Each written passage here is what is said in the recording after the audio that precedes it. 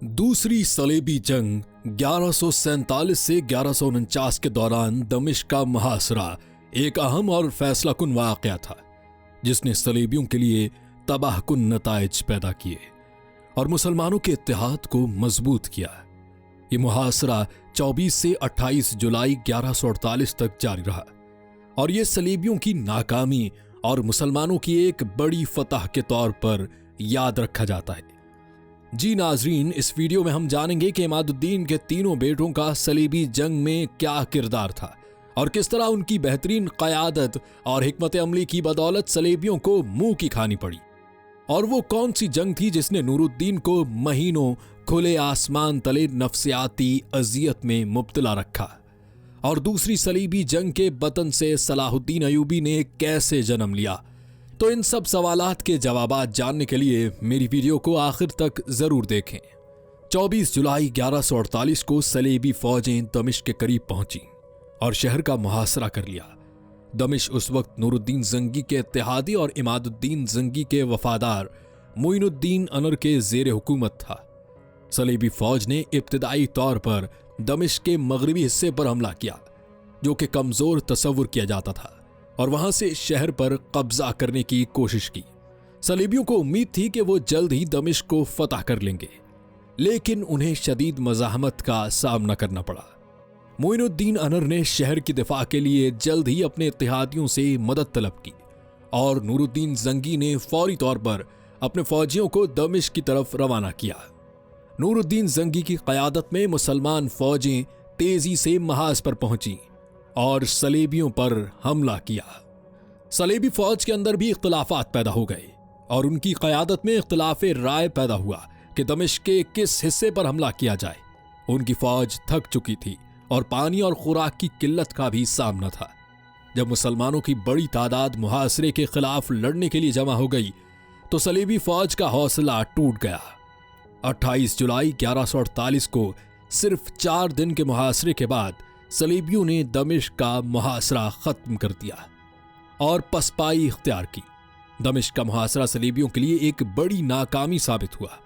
न सिर्फ वो दमिश्क को फतह करने में नाकाम रहे, बल्कि इस मुहिम ने सलेबियों की ताकत और इत्तेहाद को भी कमजोर कर दिया। दूसरी सलेबी जंग मुसलमानों की फतह के साथ खत्म हुई और नूरुद्दीन जंगी की क़यादत में मुसलमान मजीद मुत्तहिद हो गए। ये वाक़या सलेबियों के जवाल का आगाज था और इसके बाद मुसलमानों के दरमियान इत्तेहाद मजीद मजबूत हुआ, जिसने सलेबियों के खिलाफ मजीद कामयाबियों की राह हमवार की। अब हम देखेंगे कि कैसे इमादुद्दीन की वफात के बाद उनके तीनों बेटों ने उनके मिशन को जारी रखा और सलेबी जंगों में क्या किरदार निभाया। इमादुद्दीन जंगी के तीनों बेटे नूरुद्दीन जंगी, सैफुद्दीन गाजी और कुतुबुद्दीन मौदूद ने सलेबी जंगों में अहम किरदार अदा किया और इस्लामी फतुहात में नुमाया खिदमत अंजाम दी। उनके किरदार और जंगी फतुहात की तफसील दर्ज झील है। नूरुद्दीन जंगी 1118 से 1174। नूरुद्दीन जंगी इमादुद्दीन जंगी के दूसरे बेटे और उनके जानशीं थे। वो इस्लामी तारीख के अहम तरीन हुक्मरानों में से एक हैं, जिन्होंने सलीबी जंगों में मुसलमानों की क़यादत की। उनकी हुकूमत का मरकज हलब और बाद में दमिश्क था। नूरुद्दीन जंगी ने अपने वालिद की वफात के बाद एडिसा को दोबारा फतह किया, जो कि सलेबियों के कब्जे में चला गया था। यह फतह मुसलमानों के लिए एक अहम कामयाबी थी और सलीबियों के खिलाफ एक अहम ज़र्ब थी।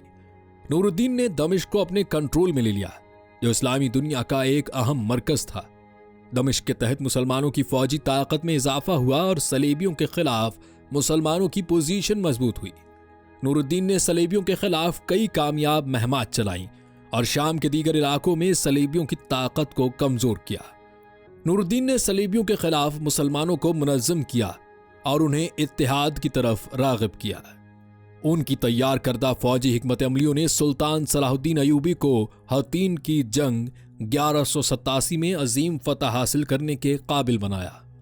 सैफुद्दीन गाजी इमादुद्दीन जंगी के बड़े बेटे थे और उन्होंने अपने वालिद की वफात के बाद मौसिल की हुकूमत संभाली।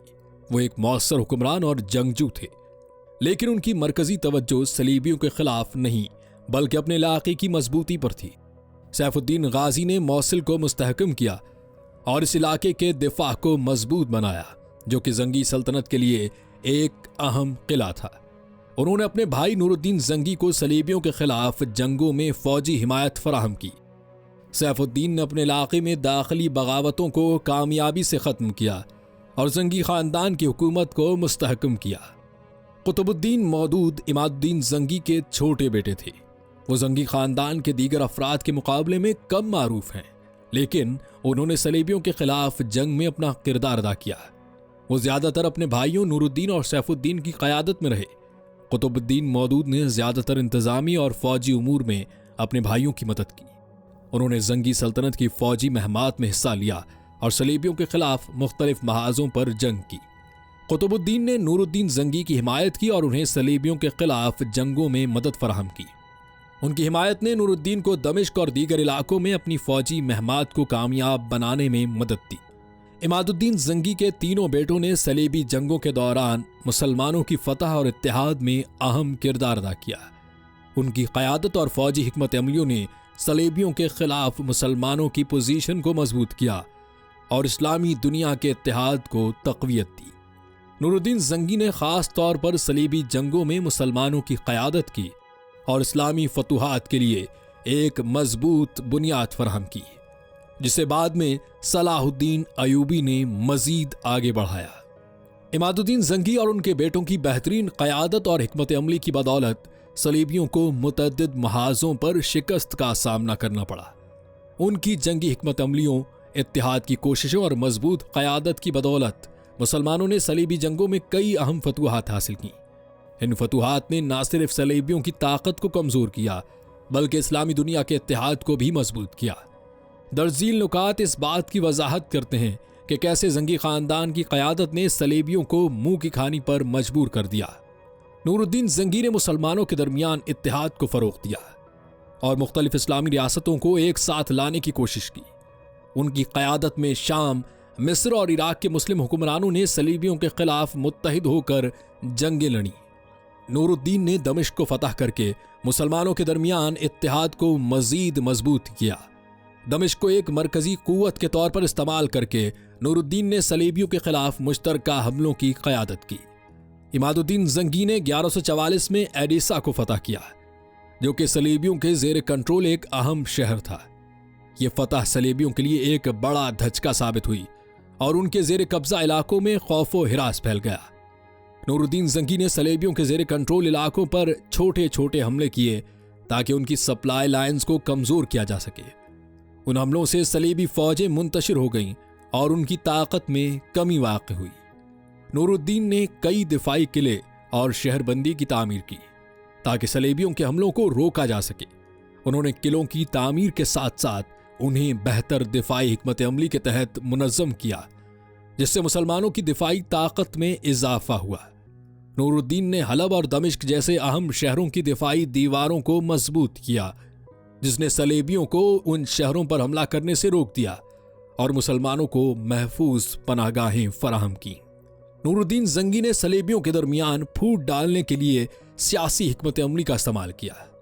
उन्होंने सलीबी हुक्मरानों के दरमियान इख्तिलाफात को भड़काया और इनके इत्तेहाद को तोड़ा।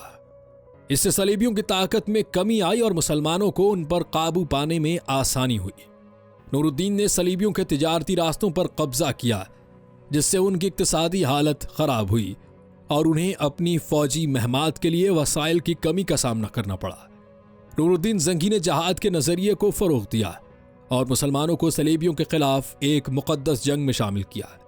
उन्होंने जिहाद को मुसलमानों के लिए एक मुकद्दस फरीजा करार दिया, जिसने मुसलमानों के हौसले बुलंद किए और उन्हें सलीबियों के खिलाफ लड़ने के लिए मुत्तहिद किया। नूरुद्दीन ने इस्लामी क़वानीन और अदल को अपने ज़ेर हुकूमत इलाकों में नाफिज किया, जिससे अवाम में उनकी मकबूलियत बढ़ी और उन्होंने मुसलमानों को एक मजबूत नज़रियाती बुनियाद फराहम की। नूरुद्दीन जंगी ने सलीबियों के खिलाफ लड़ने के लिए मुख्तलिफ मुस्लिम हुक्मरानों से फौजी मदद हासिल की। उनके फौजी इत्तेहाद ने सलीबियों को कई महाजों पर नाकामी से दोचार किया। नूरुद्दीन ने अपने इलाकों में मुस्तकिल फौजी तैयारियां जारी रखीं, जिससे सलीबियों के किसी भी हमले का फौरी जवाब दिया जा सकता था। नूरुद्दीन जंगी और उनके ख़ानदान की क़यादत ने सलीबियों को उनकी पेशकदमी में रुकावट डाली और उनके ज़ेर कंट्रोल इलाकों में मुसलमानों की फौजी ताकत को मजबूत किया। उनकी जहानत पर मबनी हिकमत अमली और मुसलमानों के इत्तेहाद ने सलीबियों को बार बार शिकस्त दी और आखिरकार इस्लामी दुनिया के लिए सलीबी खतरे को कम कर दिया।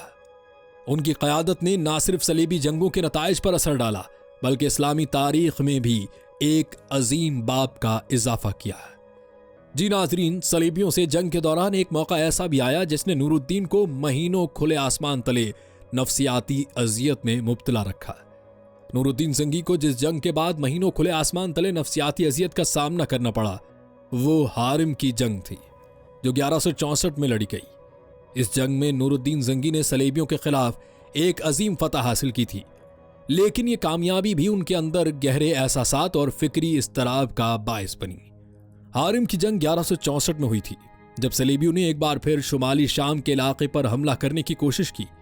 ये जंग सलेबियों और नूरुद्दीन जंगी की फौज के दरमियान हुई जिसमें नूरुद्दीन जंगी ने कामयाबी हासिल की और सलेबियों के बड़े हिस्से को शिकस्त दी। सलेबियों के कई अहम रहनुमा बशमूल एंटियोक के शहजादे बोहेमंदा सोम और तिराबलस के काउंट रेमोन सोम को नूरुद्दीन जंगी ने गिरफ्तार कर लिया। हारिम की जंग में फतह के बावजूद नूरुद्दीन जंगी को जंग के बाद गहरी नफ्सियाती अजियत का सामना करना पड़ा। इसका सबब उनका जिहाद का आज़म, मुसलमानों के इत्तेहाद की फिक्र और अल्लाह की रजा का हुसूल था। नूरुद्दीन जंगी एक इंतहाई मजहबी और नेक शख्स थे और वो हमेशा अल्लाह की रजा के लिए काम करते थे। इस जंग के बाद नूरुद्दीन जंगी को एहसास हुआ कि उनकी फतह के बावजूद सलेबी खतरा खत्म नहीं हुआ और मुसलमानों के इत्तेहाद के लिए अभी बहुत काम करना बाकी है। इस सोच ने उन्हें एक गहरे फिक्री और रूहानी इस्तराब में मुब्तला कर दिया। उन्होंने महीनों तक खुले आसमान तले क़याम किया जहां वो इबादत और तौबा में मसरूफ रहे, अल्लाह से मदद की दुआ करते रहे और अपने आमाल का मुहासबा करते रहे। नूरुद्दीन जंगी का ये रवैया उनके अज़्म और तकवा की अक्कासी करता है। उन्होंने अपनी तमाम कामयाबियों के बावजूद कभी भी गुरूर नहीं किया और हमेशा अल्लाह की रजा की तलाश में रहे। यही वजह है कि उन्हें इस्लामी तारीख में एक मिसाली हुक्मरान और मुजाहिद के तौर पर याद किया जाता है। नूरुद्दीन जंगी की वफ़ात का वाक़या इस्लामी तारीख का एक अहम बाब है जो एक अजीम हुक्मरान और मुजाहिद के सफ़र का इख्तिताम था। नूरुद्दीन जंगी जिन्होंने अपनी सारी ज़िंदगी सलेबियों के खिलाफ जदोजहद और इस्लामी इत्तेहाद के फ़रोग़ में गुजारी, 15 मई 1174 को वफ़ात पा गए। नूरुद्दीन जंगी की हुकूमत में उन्होंने शाम, मिस्र और शुमाली इराक के बड़े हिस्सों पर हुक्मरानी की।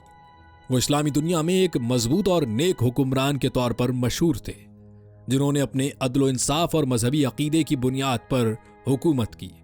उन्होंने मुसलमानों के इत्तेहाद के लिए बेशुमार कोशिशें की और सलीबियों के खिलाफ कामयाब फौजी मुहिमात चलाई। नूरुद्दीन जंगी की वफ़ात तबई मौत थी। 1174 के अवाइल में वो शदीद बीमारी में मुब्तला हो गए। उनकी बीमारी के दौरान वो हलब में मुकीम थे जहां उन्होंने अपना ज़्यादातर वक्त इबादत और अल्लाह से मदद की दुआ में गुजारा। उनकी हालत रफ्ता रफ्ता ख़राब होती गई और 15 मई 1174 को 56 साल की उम्र में उनका इंतकाल हो गया। नूरुद्दीन जंगी की मौत के वक्त वो दमिश्क की तरफ एक बड़ी फौजी मुहिम की तैयारी कर रहे थे जिसका मकसद मिस्र में सलाहुद्दीन अयूबी के साथ मिलकर सलीबियों के खिलाफ एक मुश्तरका हमला करना था।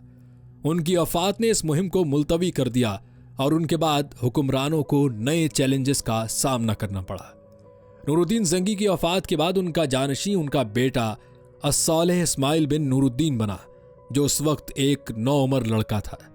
उसकी कम उम्री की वजह से जंगी सल्तनत में अदम इस्तेहकाम पैदा हुआ और उसके नतीजे में सलाहुद्दीन अयूबी ने दमिश्क पर कब्जा कर लिया और अपनी सल्तनत की बुनियाद रखी। नूरुद्दीन जंगी की वफ़ात इस्लामी दुनिया के लिए एक बड़ा नुकसान था, लेकिन उनके कारनामे और उनकी कोशिशों का असर मुसलमानों पर देर पा रहा। उनकी क़यादत ने सलीबी जंगों के दौरान मुसलमानों को मजबूत और मुत्तहिद रखा और उनकी वफ़ात के बाद सलाहुद्दीन अयूबी ने उनके मिशन को जारी रखा और मजीद कामयाबियां हासिल की। नूरुद्दीन जंगी को एक आदिल, नेक और बहादुर हुक्मरान के तौर पर याद किया जाता है और उनकी कब्र हलब में है जहां उन्हें इंतहाई एहतराम के साथ दफन किया गया। जी नाजरीन, इस सीरीज की अगली वीडियो में हम देखेंगे कि क्या सलाहुद्दीन अयूबी ने नूरुद्दीन जंगी के मिशन को जारी रखा और क्या वो इस जंग को जीत पाए। ये सब तफसील से जानने के लिए देखिए अगली वीडियो। तब तक के लिए अल्लाह निगहबान।